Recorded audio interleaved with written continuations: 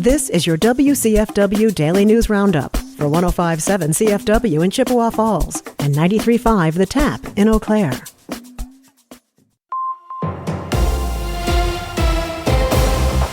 For WCFW News, I'm James Kelly.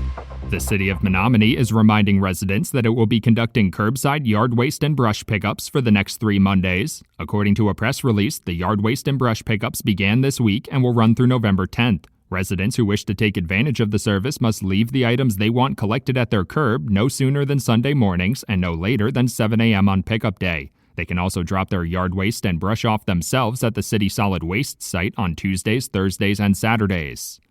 The Rice Lake Area School District is seeking community members who are interested in serving on the district's Wellness Committee. The committee is meant to ensure area students have access to nutritious meals and to promote more healthy eating habits to combat obesity. District officials say the work of the committee helps promote positive eating behaviors and helps their students reach their full academic potential. Area residents interested in serving on the Wellness Committee can contact the chair of the committee, Lori Johnson, by phone or by email.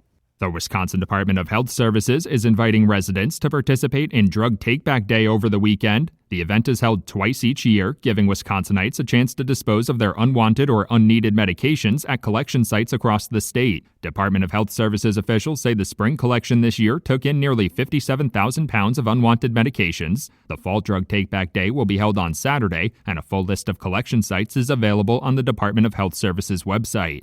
The Universities of Wisconsin is reporting another year of enrollment growth at a majority of their schools. Organization officials say 9 of the 13 universities saw enrollment growth this year, despite a decline in international students amid uncertainty with student visas. They say a major factor in the overall enrollment growth was the new Direct Admit program, which automatically offers admission to most UW schools for qualified high school seniors in Wisconsin. Freshman enrollment from Wisconsin students increased by a record 5.5%.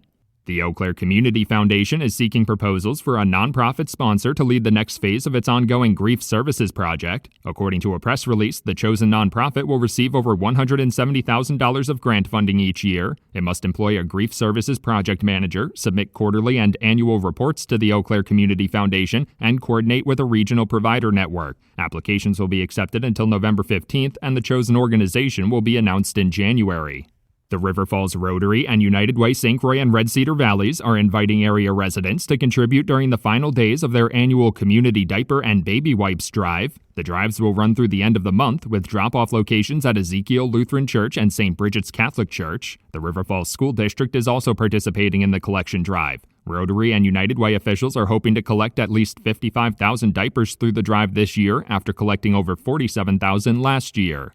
Officials from the Indian Head Community Action Agency's Rusk County Food Pantry say they're still looking for a new location following the closure of their Ladysmith facility last month. The organization's board of directors met on Tuesday, saying their goal is to remain in the Ladysmith area in a low or no rent building. They also say they've applied for tax-exempt status for new grant funding, but may not hear back for a while due to the federal government shutdown. Feed My People Food Bank is hosting pop-up pantries to fill the growing demand for food services.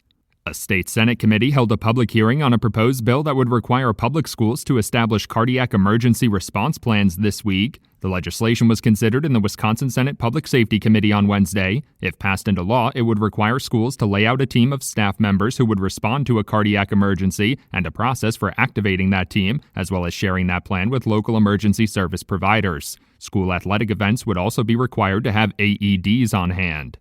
Xcel Energy officials are reminding residents to get caught up on their utility bills or work out a payment plan with their provider before the winter heating moratorium begins. Starting November 1st, utility companies will be prohibited from disconnecting heating services for non-payment. They are not, however, required to restart services for residents who have fallen behind on their bills. Anyone with outstanding utility bills should contact their providers to make payment arrangements or apply for financial assistance before the winter moratorium begins.